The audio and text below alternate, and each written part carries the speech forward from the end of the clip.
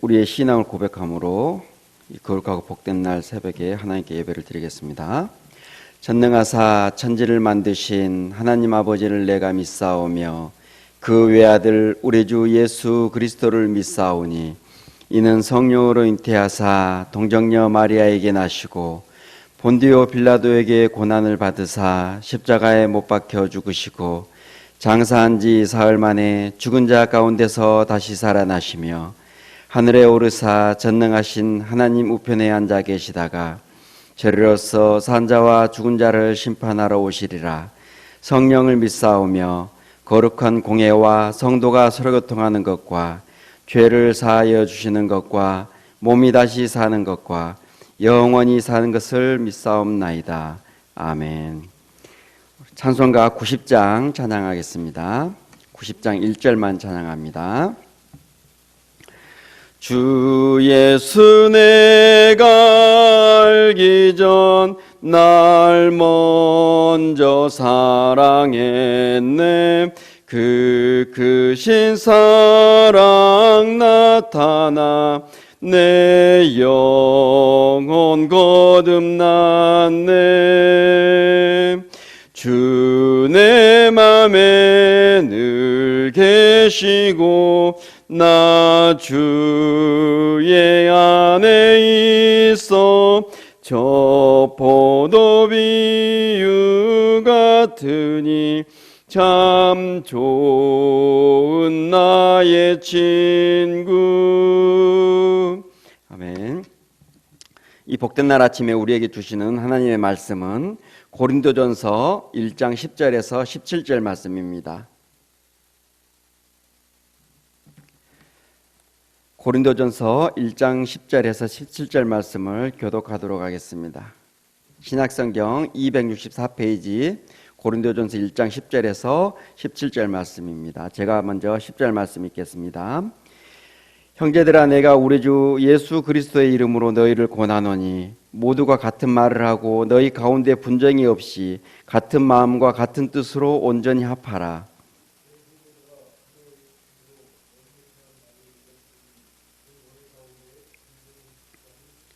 내가 이것을 말하거니와 너희가 각각 이르되 나는 바울에게, 나는 아볼로에게, 나는 게바에게, 나는 그리스도에게 속한 자라 한다는 것이니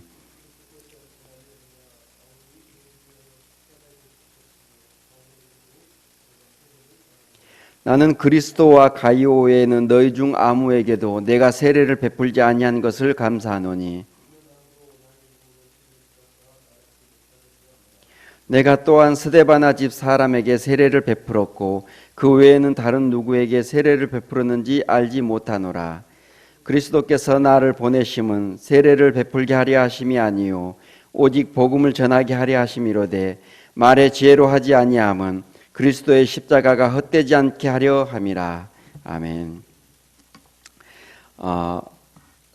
사도 바울은 이제 고린도 교회 성도들이 어떤 세상적인 그런 기준을 가지고 자신의 그 사도권을 이제 인정하지 않으려고 하는 그런 것에 대해서 어떤 다른 것으로 변명을 하려고 하는 것이 아니라 이제 자신의 사도권은 하나님의 부르심을 통해서 된 것이라고 이렇게 이제 강조를 하고 있습니다. 그러면서 자신에게 사람들이 원하는 어떤 그런 모습이 없다 할지라도 자신으로서는 어찌할 수 없다는 것이죠. 왜냐하면은 하나님께서는 내 모습 있는 이대로 하나님께서 부르셨기 때문에, 그래서 사도로 삼았기 때문에 어쩔 수 없다는 것입니다.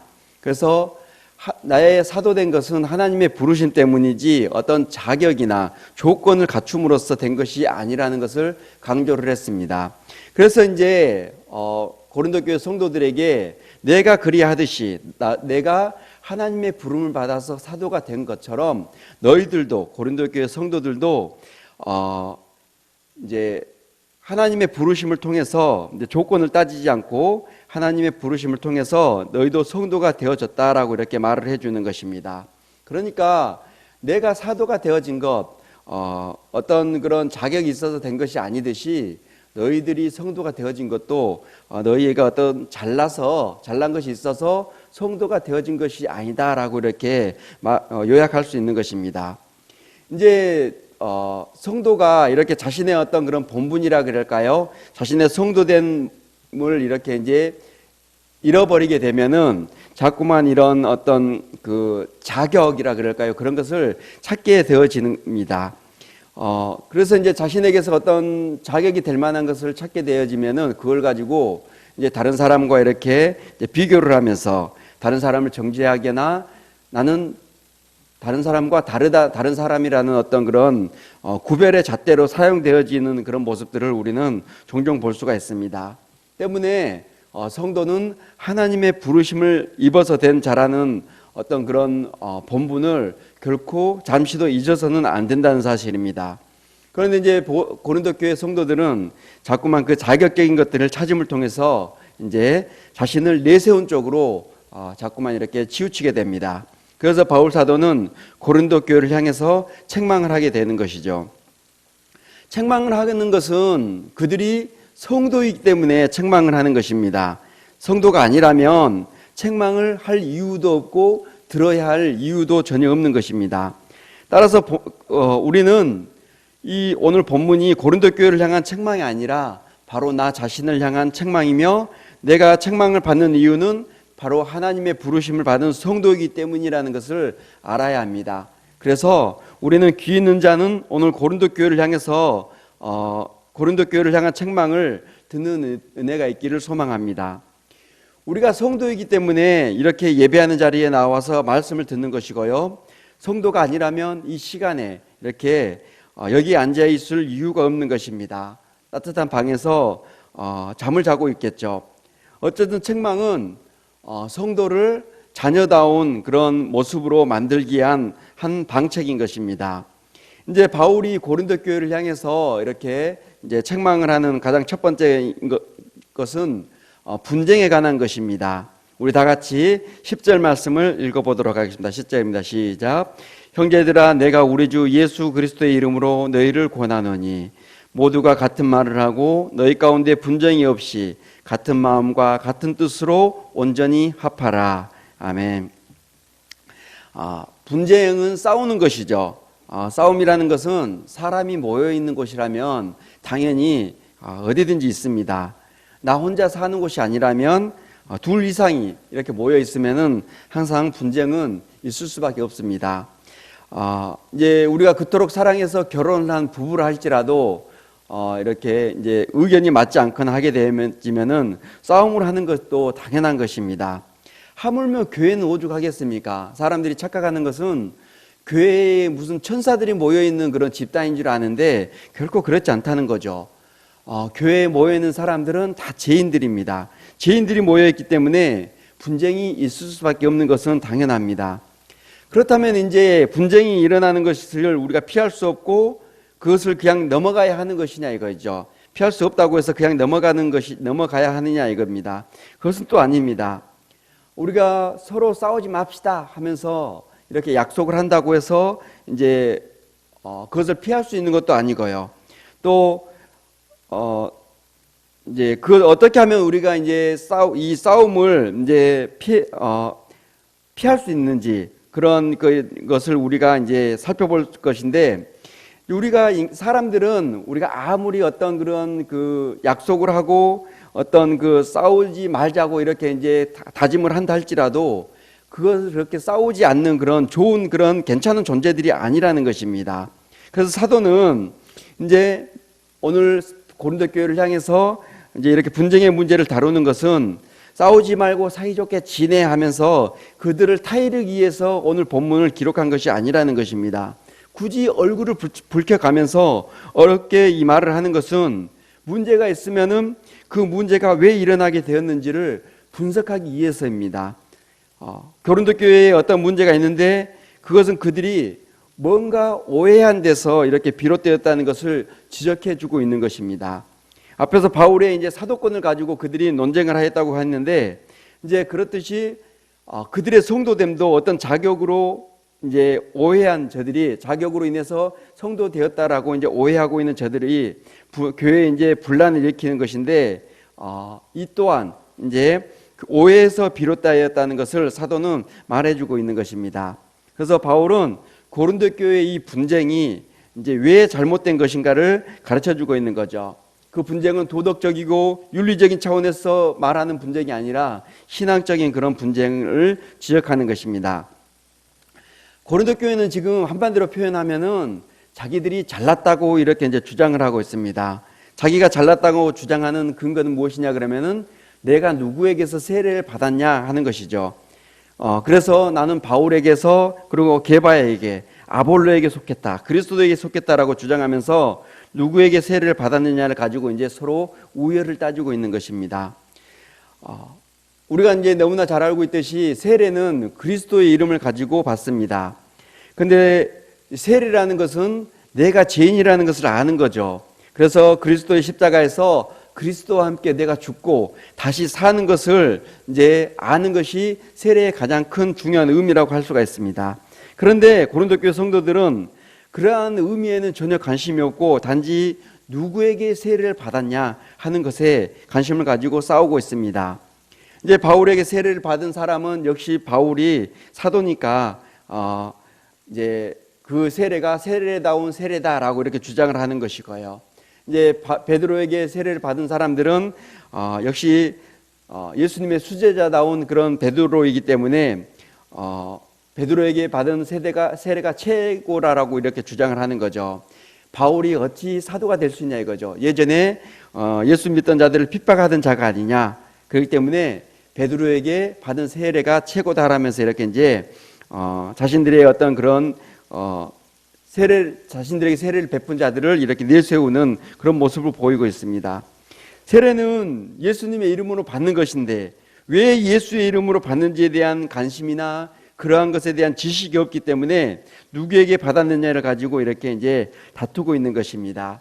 그런데 이러한 모습들이 이제 오늘날 우리 이제 현대 교회 안에서도 비슷한 모습들이 얼마든지 나타나고 있다는 것입니다.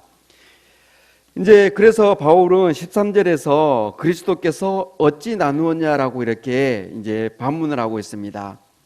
이제 교회는 우리가 너무나 잘 알고 있듯이 그리스도의 몸입니다. 부르심을 입은 성도는 그리스도의 지체라는 거예요. 지체가 모여서 한 몸을 이루는 것입니다. 그렇기 때문에 지체는 싸우는 일이 없습니다. 손과 발이 서로 다른 역할을 하고 있지만은 그 손과 발이 서로 싸우는 일은 결코 없다는 것이죠. 왜냐하면은 손과 발은 독자적으로 그렇게 움직이고 생각하는 것이 아니라 머리에서 내리는 그 지시대로 이렇게 움직이기 때문에 그렇습니다. 머리는 몸을 위한 지시를 내리지만은 어느 한 부분을 위한 지시는 결코 내리지 않습니다. 따라서 우리가 그리스도의 몸이라면 우리는 우리 개인의 생각으로 움직여서는 결코 안 되고 또 자기를 위해서 움직여서도 안 된다는 것입니다. 오직 몸 전체를 위해서 내가 해야 할 일을 하는 것이고 또 그것이 바로 그리스도의 몸된 교회의 특징입니다. 지체가 서로 싸우는 것은 다른 몸일 때 싸우는 것이죠. 그래서 사도 바울의 요지는 이것입니다.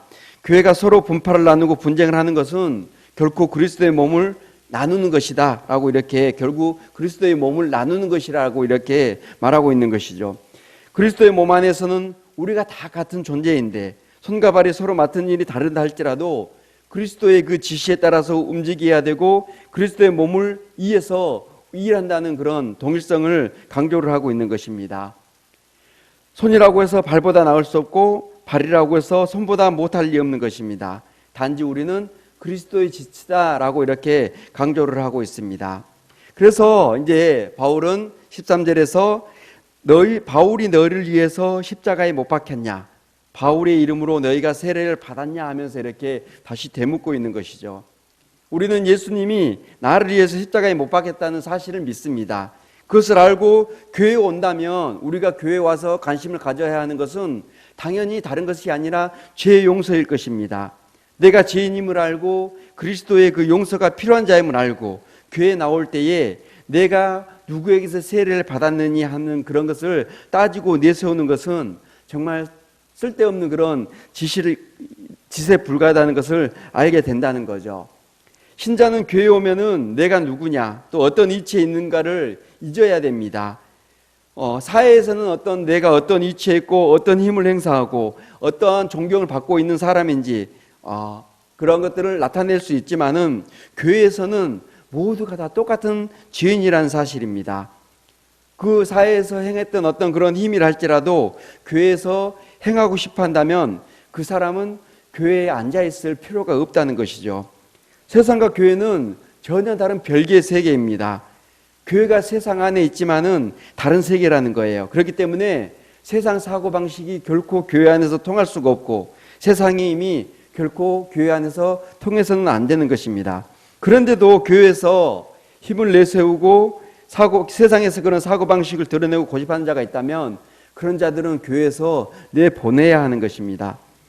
교회는 다른 것에는 관심을 가져서는 안 되고요. 오직 그리스도의 피로 죄 용서를 받고 오직 하나님의 영광을 위해서 사역이 위해 모였습니다. 그렇다면 우리가 교회 올 때 관심을 둬야 하는 것은 당연한 것 아닙니까? 오직 그리스도의 그 십자가에 관심을 가져야 하는 것입니다. 그럴 때 다른 사람들이 나에게 관심을 두지 않는다고 문제될 것이 없고 그러한 것들로 인해서 섭섭해야 할 이유도 없는 것이고요.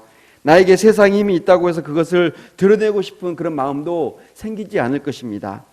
문제는 주님의 십자가가 관심이 아니라 나에게 관심을 두고 교회이기 때문에 그런 분쟁들이 끊이지 않는 것입니다. 교회에 와서 세상 것을 자랑하는 것 같이 어리석은 것도 없는 것입니다. 또 그 자랑하는 사람 때문에 괜히 마음에 어떤 그런 시기가 생기고요. 또 상처가 되는 것도 문제가 아닐 수 없습니다. 이런 불미스러운 일들은 관심이 주님께 있지 않기 때문에 발생하는 것입니다. 우리는 예수님 앞에서 죄를 고백합니다.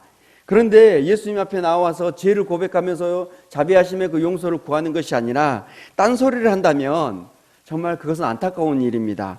만약에 주님께 나와가지고 주님 이번에 집을 샀는데요, 그 집이 참 많이 올랐습니다. 배로 올랐습니다. 다 예수님 덕분입니다. 그렇게 한다면 그처럼 바보스러운 신자가 어디 있겠습니까? 우리 예수님을 몰라도 한참 모르는 그런 사람입니다. 그런 사람을 두고 우리는 신자라고 이렇게 부를 수 없을 것입니다. 우리가 예배 자리에 나오고 기도의 자리에 나와서 주님 앞에서 우리가 하는 기도는 무엇입니까? 주님, 나는 세상에서 나 같은 그런 죄인도 없을 것입니다. 말씀을 알지만은 주님 뜻대로 살지 못하고 내 생각대로 멋대로 살았습니다. 주님, 나를 용서해 주십시오. 나의 죄를 사하여 주십시오.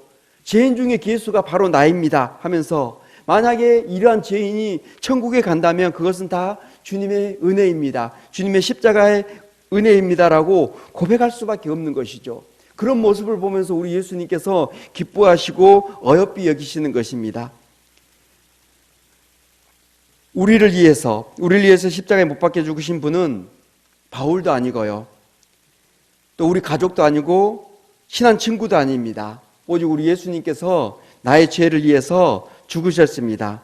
그렇기 때문에 우리 할 일은 우리의 죄를 알고 예수님의 달리신 그 십자가를 의지하는 것입니다. 그래서 바울은 결론적으로 얘기합니다. 우리 17절을 다 같이 읽도록 하겠습니다. 17절입니다. 시작. 그리스도께서 나를 보내심은 세례를 주기려 하게 하심이 아니요 오직 복음을 전하게 하려 하심이로되 말의 지혜로 하지 아니함은 그리스도의 십자가가 헛되지 않게 하려 함이라. 아멘. 이제 바울이 보냄을 받은 것, 사람들에게 세례를 주게 하기 위함이 아니라 복음을 전하게 하기 위해서다라고 이렇게 말씀을 하고 있습니다. 그리고 복음을 전하는 것도 어떤 바울이 많은 지식이 있어서도 아니고 언변이 좋아서도 아니라 이제 그 자격이 있어서 하는 것이 아니라 다 십자가의 은혜로 하였다라고 이렇게 말을 하고 있는 것입니다. 따라서 우리가 우리의 재주로 무엇인가를 하려 하고 세상에 업적을 남기기 위해서 무슨 일을 하려고 할 때에 그것이 곧 십자가를 헛되이 만들어버리는 일임을 우리는 알아야 합니다. 우리가 이제 어떤 그런 사역자들은, 목회자들은 이런 목회를 하고요. 또 성도들은 교회 안에서 다양한 그런 직책을 가지고 이제 교회를 섬겨갑니다. 그런 많은 일들이 이제 우리의 목적은 교회를 키우기 위해서 또는 교회를 성장시키기 위한 것에 우리의 관심이 가 있어서는 결코 안 된다는 것이죠.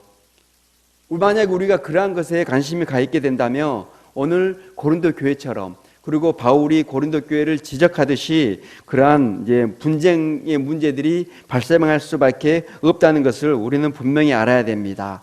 우리가 관심을 가져야 하는 것은 오직 복음이라는 거예요. 복음이 온전히 전파되어짐을 통해서 곳곳에 거리마다 세워진 이 교회들 안에서 그 복음이 온전히 선포되어짐을 통해서 그 교회가 그 복음을 통해서 많은 영혼들을 구원하고 또 많은 그런 지역 사회에 아름다운 그런 영향력을 끼침을 통해서 하나님의 영광을 밝히 드러내는 것이 우리의 관심이 되어야 할 것입니다. 우리는 그리스도 안에서 한 몸입니다. 우리 모두가 죄인임을 알고 그리스도께만 관심을 두고 모이게 될 때에 비로소 분쟁보다는 십자가의 사랑을 보게 될 것입니다. 그래야 할 때에 주의 교회는 아름다운 그런 복음의 결실들을 풍성하게 맺게 될 것이라는 거죠. 우리 사랑하는 모든 성도님들이 그것을 기대하면서 우리 교회가 아름다운 복음의 결실을 풍성하게 맺을 것을 기대하면서 주님을만을 바라보는 사랑스러운 그런 복된 날 되어지기를 주님의 이름으로 축원합니다. 기도하겠습니다. 하나님 아버지 감사합니다. 우리가 무엇이간데 하나님께서 우리를 사랑하셔서 성도라 부르시고 하나님 영원한 천국에 관한 그런 소망을 갖고 살아가게 하시니 감사합니다.